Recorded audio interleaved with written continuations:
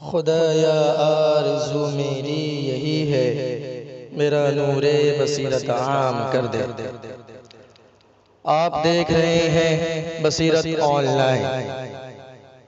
بے باک بے لاگ حق کا طرفدار۔ ہمارے مدانش کے وسیع نظر تجربات و مشاہدات سے یہ حقیقت یقیناً پوشیدہ و مذکور نہیں ہے کہ شخصیات کے حیات و خدمات کے تذکروں پر مشتمل منعقد ہونے والے یہ سیمینار مقصدیت محض رخصت پذیر شخصیت کے محاسن و منعقد بیانات و تذکروں کو محیط نہیں ہوتی ہے، بلکہ مقصدی اعتبار سے اپنے اسلاف و اکابر کی ہمہ جہت جہود و کاوش کے تاریخی تسلسل کی بنیاد پر ایک منصفانہ جائزہ اور اس کے تاریخی تسلسل و ارتباط کا بیان و تذکرہ مقصود ہوتا ہے، کیونکہ یہی تاریخی تسلسل آنے والی نسلوں کو تحریک عمل کی مضبوط بنیادیں فراہم کرنے میں معاون و مفید ثابت ہوتا ہے۔ لہذا ضروری ہے کہ رخصت پذیر شخصیات کے مقام علم و عظمت کے تناظر میں اس کی علمی، تعلیمی، تدریسی، تصنیفی، ملی و انتظامی اور دیگر تمام ہمہ انواع خدمات جلیلہ کا اصول تحقیق و تنقیح کی بنیاد پر منصفانہ اور قرار واقعی جائزہ لے کر بصورت سیرت و سوانح اور مقالات و مضامین آنے والی نسلوں کے لیے رہنمایہ طور کے نقطہ نظر سے ذخیرہ تاریخ کے صفحات میں محفوظ کیا جائے۔ اسی تحریک عمل کو ارباب علم و دانش، اسلاف و اکابر کی عظیم الشان و رفیع المرتبت خدمات جلیلہ سے تاریخی ارتباط کے عنوان سے معاملہ کرتے ہیں۔ خطیب الاسلام حضرت مولانا محمد صالح قاسمی صاحب نقل اللہ مرتضی 70 سالوں پر کی طویل ترین دورانیے پر مشتمل ہمہ جہت و ہمہ انواع خدمات جلیلہ اور مسلکی اعتبار سے جماعت علماء دیوبند کی قرار واقعی ترجمانی اور ہزار لائق و فائق تلامذہ کی قابل فخر و افتخار مختلف میدان عمل میں ذمہ دارانہ خدمات سر انجام دے کر ملت کی رہنمائی کے فرائض انجام دی، اور انڈیا مسلم پرسنل بورڈ کی اسٹیج سے اس کے قیام کے وقت سے لے کر تمام ادوار کے سلط کے مسائل میں ملت کی رہنمائی اور انڈیا مسلم مجلس مشاورت سے موقع بموقع ملت کے لیے رہنما خطوط عمل کی نشاندہی جیسے تمام محرکات کی دراصل اس سیمینار کے انعقاد کا سبب ہے۔ چنانچہ اس جاگے نظر کے تناظر میں اس سیمینار کی طرز و غایت انہی اہداف و مقصدیت کو محیط ہے۔ اسی بنیاد پر میں یہ یقین رکھتا ہوں اس سیمینار میں پیش کیے جانے والے اکابرین کے تاثرات اور مقالہ نگار حضرات کی نگارشات اپنی افادیت کے لحاظ سے تاریخی دستاویز کی اہمیت اور حیثیت واضح ہے، اور ان کی اہمیت کے واضح ہونے کے ساتھ ساتھ آنے والی نسلوں کے لیے ان کا رہنما خطوط ثابت ہونا یہ بھی انشاءاللہ اللہ تعالیٰ کی مدد سے اس میں اللہ کی مدد شامل رہے گی۔ جب انشاءاللہ جلد ہی غلط پایا تباد کے مراحل سے گزار کر یہ تمام مقالہ جات دارالعلوم دیوبند کے شعبۂ بحث و تحقیق حجت الاسلام اکیڈمی کے زیر اہتمام شاید مکمل سے شروع کرائیں گے۔ اس وقت ہمارے درمیان عالم اسلام کی مایہ ناز شخصیت پاسبان ملت حضرت مولانا سید ارشد مدنی صاحب دامت برکاتہ العالیہ موجود ہیں۔ حضرت کے ہم بےحد شکر گزار ہیں۔ حضرت کا پہلے سے طے شدہ سفر تھا، حضرت نے بڑی کرم فرمائی کی اور اس مجلس کو رونق افروزی بخشی۔ حضرت کا فوری اس وقت سفر درپیش ہے، اس لیے پروگرام میں جزوی تبدیلی کی جا رہی ہے۔ میں اس لیے حضرت سے فضل احترام درخواست گزار ہوں کہ حضرت والا اپنے قیمتی تاثرات پیش فرمائیں۔ جزاک اللہ۔ الحمدللہ نحمدہ ونستعینہ ونستغفرہ ونؤمن به ونتوکل علیہ ونعوذ باللہ من شرور انفسنا ومن سیئات اعمالنا من یهده اللہ فلا مضل له ومن یضلل فلا هادی له ونشهد ان لا اله الا اللہ وحده لا شریک له ونشهد أن سيدنا ومولانا محمدا عبده ورسوله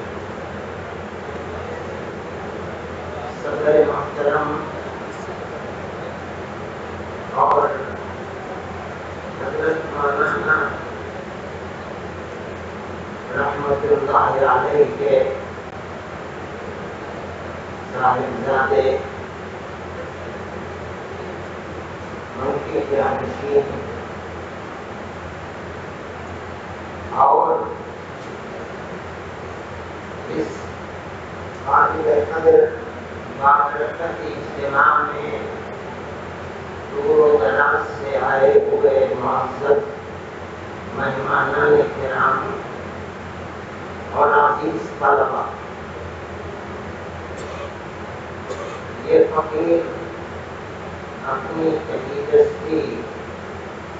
کم علمی بے وضاحتی بے نمائندگی کی بنیاد پر اپنے آپ کو اس کا اہل ہرگز نہیں سمجھتا کہ حضرت مولانا رحمت اللہ علیہ جیسی عظیم شخصیت کے سلسلے میں کچھ کہے۔ حقیقت یہ ہے کہ میرا کچھ کہنا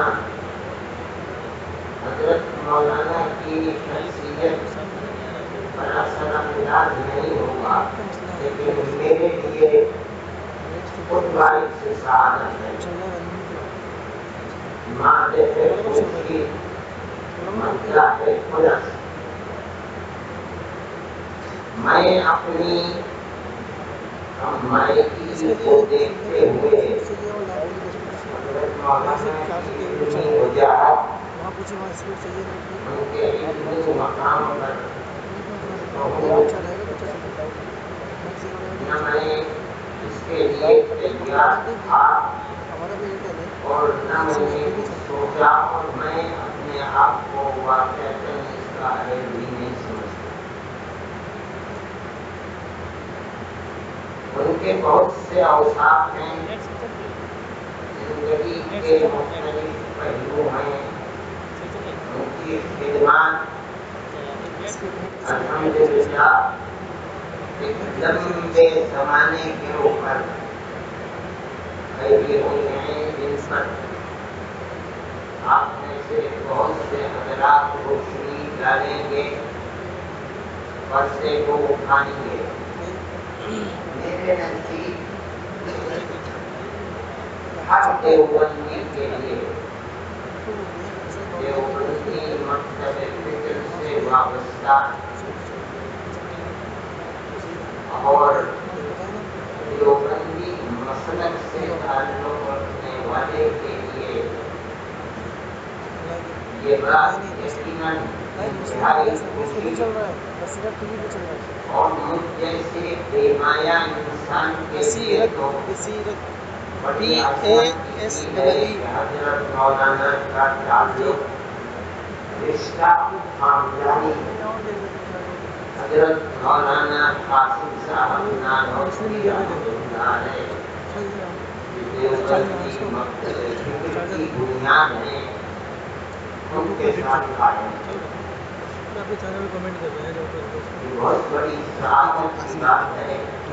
اور چاہے دنیا کے کسی بھی خطے کے اندر دیوبندی مسلک سے تعلق رکھنے والا اور خاص طور پر اس درسگاہ سے تعلق رکھنے والا، کسب فیض کرنے والا جو حضرت نانوتوی رحمۃ اللہ علیہ کی قائم کرنا ہے، اس کے لیے حضرت مولانا کی ذات کا یہ تعلق یقیناً حضرت مولانا کی عظمت کے لیے کافی ہے۔ حضرت نانوتوی رحمۃ اللہ علیہ کی شخصیت اتنی عظمت والی شخصیت ہے، میں سمجھتا ہوں کہ اللہ دارالعلوم اور اس سے وابستہ درسگاہوں کو الی یوم القیامہ قائم و دائم رکھے۔ جب تک یہ سلسلہ چلتا رہے گا، حضرت نانوتوی رحمۃ اللہ علیہ کے حسنات کے اندر اضافہ ہوتا رہے گا۔ چلو قیامت کے دن حضرت میدان محشر کی طرف چلیں گے تو ان سے واسطہ در واسطہ دنیا کے اندر کسب فیض کرنے والے اتنی بڑی جماعت حضرت کے پیچھے ہوگی کہ آپ اس کا تصور کرنا مشکل ہے۔ حضرت نور اللہ مرتضی کی یہ خدمت قابل قبول ہے اور مقبول ہے بارگاہ خداوندی۔ میں اسی کا سبب سمجھتا ہوں کہ اللہ نے حضرت رحمت اللہ علیہ کے خاندان کو یکے بعد دیگرے 150 سال سے زائد سے نوازا ہے اور علم نبوت یکے بعد دیگرے خاندان کے اندر چلتا رہا ہے۔ حقیقت یہ ہے کہ اس کا سبب حضرت رحمت اللہ علیہ کی شخصیت کا عند اللہ مقبول ہونا ہے کہ اس نے ان کے خاندان کو برابر نوازا ہے اور وہ سلسلہ آج تک چل رہا ہے۔ دنیا کے اندر بڑے بڑے خاندان ہیں جن کی بنیادی شخصیت کے سامنے آج دارالعلوم سے وابستہ بڑے سے بڑے عالم دین کا سر ان کی عظمت کے سامنے سر نگوں ہے۔ حضرت وہی رحمت اللہ علیہ کا مرتبہ کم نہیں ہے۔ دارالعلوم کے سرپرست رہے، علم نبوت کے حامل تھے، مسلک دارالعلوم کی بنیادی شخصیت تھے، لیکن علم نبوت خاندان کے اندر نہیں رہتے۔ آج اگر آپ شراب لے کر ڈھونڈیں تو ان کی اولاد میں کوئی آپ کو عالم دین مل جائے، نہیں ملے گا۔ حضرت غوث رحمۃ اللہ علیہ کی عظمت ہم سب کے سر اور آنکھوں کو حضرت شیخ الہند رحمۃ اللہ علیہ ان کی عظمت کے سامنے بڑے بڑے علماء کے سر جھکے ہوئے ہیں۔ ایسا شخص جس کے شاگردوں کے اندر اتنے بڑے بڑے علماء آئے ہوں، ملک کے اندر کم لوگ ہیں، ان کے سامنے زانوئے تلمس طے کرنے والے کہاں سے کہاں پہنچ رہے ہیں۔ اگر انور شاہ کشمیری بنے تو حضرت شیخ الہند رحمۃ اللہ علیہ سے قصد فیض کر کے بنے، زانوئے تلمس طے کر کے بنے۔ اگر حضرت تھانوی مجدد ملت بنے تو حضرت شیخ الہند رحمۃ اللہ علیہ کے شاگرد رشید بن کے ملے۔ اگر مفتی کفایت اللہ جیسا شخص جس کو مفتی اعظم کہا جاتا ہے، وہ مفتی اعظم بنا کر شیخ الہند کے سامنے زانوئے تلمس کر کے بنا۔ اگر حضرت مدنی شیخ الاسلام بنے تو حضرت شیخ الہند رحمۃ اللہ علیہ کے گھر کی گندی نالیاں اپنے ہاتھ سے صاف کر کے بنے۔ اگر مولانا عثمانی، مولانا شبیر عثمانی بنے، شیخ الاسلام بنے تو حضرت شیخ الہند رحمۃ اللہ علیہ کے سامنے زانوئے تلمس طے کریں۔ ایک شخص کے شاگردوں میں اتنے باکمال شخصیتیں ہیں، شیخ الہند کے سوا کوئی دوسرا نہیں ہے۔ اس سے پتہ چلتا ہے کہ اس آدمی کے اندر اپنے علم کو شاگردوں کے دلوں کے اندر سینے میں منتقل کرنے کی کیسی صلاحیت تھی۔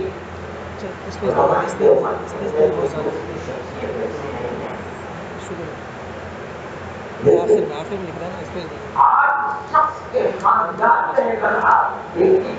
کوئی عالم دین ایسا مل جائے جس کے علم پر بھروسہ کیا جائے میں نہیں سمجھتا ہم نے ہو گیا حضرت کی کوئی اولاد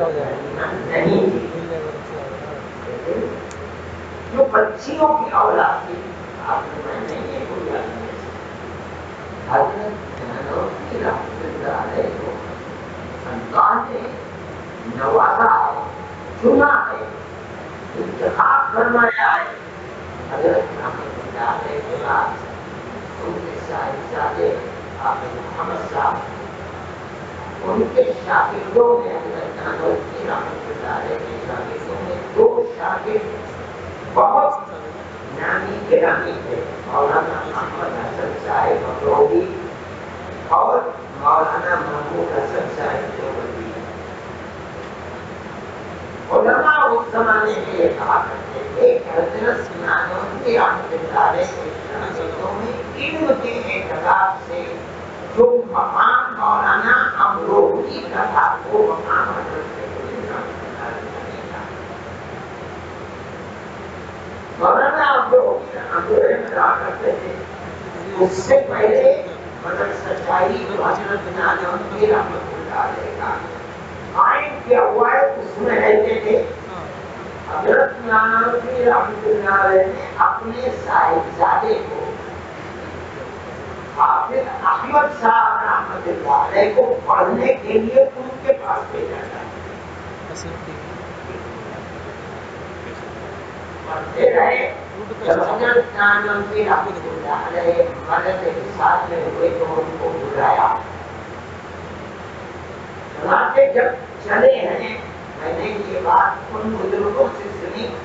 جو امروہے کے رہنے والے تھے حضرت مولانا امروہی حضرت حافظ احمد صاحب ابن حضرت نانوتوی کو اسٹیشن تک پہنچانے کے لیے لے کر اڑ گئے گاڑی میں بیٹھالا اور جب بیٹھ گئے تو دونوں دروازے کے حصوں کو پکڑا اور پکڑ کر کے کہا